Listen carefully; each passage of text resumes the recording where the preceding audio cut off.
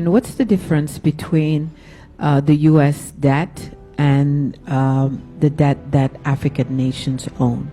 Because the U.S. debt doesn't keep the U.S. from being one of the leading powers of the world, but then African nations can't make it because of that debt that is strangling them.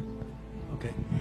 The first question is a very important question. What makes African and third world debt different from the American debt? Number one, America is never going to pay its debts. It doesn't have to. Its debts are in its own currency. We can simply print it. The African debt is not in its currency. The African debt is in US dollars. Africa has to earn the US dollars, and the only way it can earn the US dollars is not to be assassinated for growing its own food and becoming independent and doing something that the United States does not like.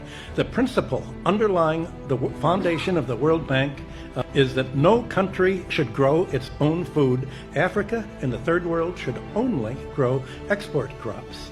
To export, in order to have an oversupply of cocoa and other tropical raw materials, to keep down the price, they must buy their grain from the United States or Europe, so that if they do something that we don't like, we can do what America tried to do to China in the 60s. We can sanction them. We can say, we're going to starve you. We're going to not export any grain to you. So owing their foreign debt in dollars means that they have to somehow sell something that the United States wants, not what they want.